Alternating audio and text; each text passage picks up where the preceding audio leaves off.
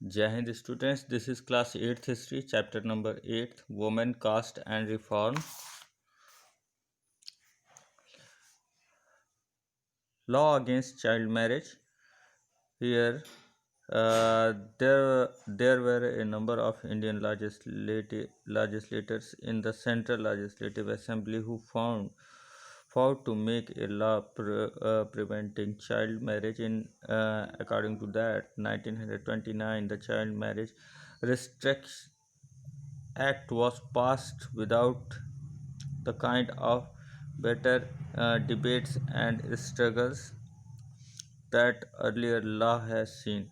जैसा कि child marriage act को लेकर के लॉ पास कराने की ज़रूरत सबको महसूस हुई, क्योंकि पहले शादियां बहुत पहले हो जाती थी और इस एक्ट के बाद जो है चाइल्ड मैरिज बैन हो गया।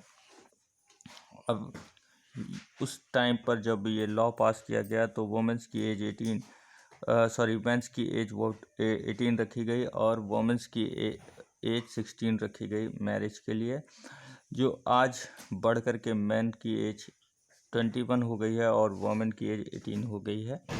यहाँ से ये आता है इम्पॉर्टेंट फैक्ट कि 1929 में child marriage restriction act pass हुआ था। Now the caste and social reformers, इसमें जैसा कि बहुत सी ऐसे सोसाइटीज़ बनी जो कि अपने कास्ट को रिफॉर्म करने की या सोसाइटी को रिफॉर्म करने की बात कर रही थी, जैसे कि Raja Ram Mohan Roy translated and old Buddhist text that was the criticises on the caste. Raja Ram Mohan Roy ने बुद्धिस्ट टेक्स्ट के थ्रू कास्ट को क्रिटिसाइज करने की बात करी। प्रार्थना समाज ahead that the tradition of the bhakti that believe in spiritual equality of all castes। प्रार्थना समाज ने इसी तरह से जो है सभी भक्ति की बात कही कि सभी कास्ट के लोग भक्ति कर सकते हैं, और जातिवाद के ऊपर उन्होंने काफ़ी अपनी तरफ से क्रिटिसाइज़ किया। Bombay Paramhans Mandali was founded in 1840s and worked for the abolition of the caste। और परमहंस मंडली जो कि बॉम्बे में 1840s में जो है बनाई गई और उसने भी कास्ट सिस्टम को एबॉलिश करने की, ख़त्म करने की बात कही। इन सभी ने जो है जातिवाद के ऊपर कठोर प्रहार किया और ये बात कही कि जातिवाद किसी भी तरह से गलत है। जैसा कि कास्ट टेबूज हमारे देश में फैला हुआ था कि किसी के छूने से या किसी के टच कर लेने से उसे गलत मान लिया जाता था या जो है मंदिरों में प्रवेश के लिए भी वर्जित था। तो इन सब चीज़ों को जो है प्रिजुडिस जो है चल रहा था, उन सबको जो है लोगों ने क्रिटिसाइज़ करना शुरू कर दिया।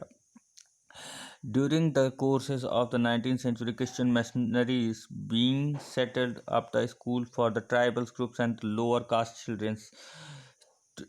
क्रिश्चियंस मिशनरीज ने इस समय जो है कई छोटी कास्ट के लिए या फिर ट्राइबल्स के लिए स्कूल खोला और वो इसके अपने स्कूलों में इन सबको जो है एजुकेट करते थे और यहाँ पर कास्ट सिस्टम के अगेंस्ट लोगों को इनकरेज करते थे।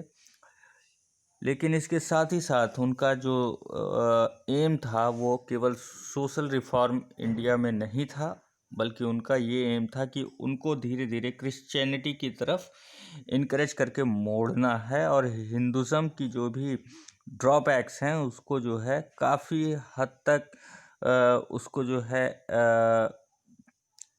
एक तरह से उन सब चीज़ों के लिए हेट करते हुए उन्हें क्रिश्चियनिटी की तरफ मोल्ड आउट करना है। At the same time the poor being lived there, the villages looking for the job where opening up in the cities, work in the factories coming and job in municipalities.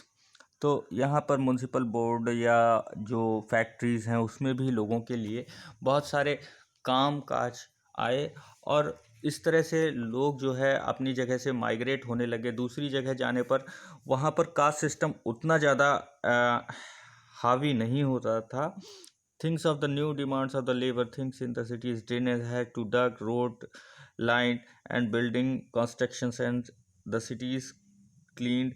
The required of the coolies, diggers, carriers, bricklayers,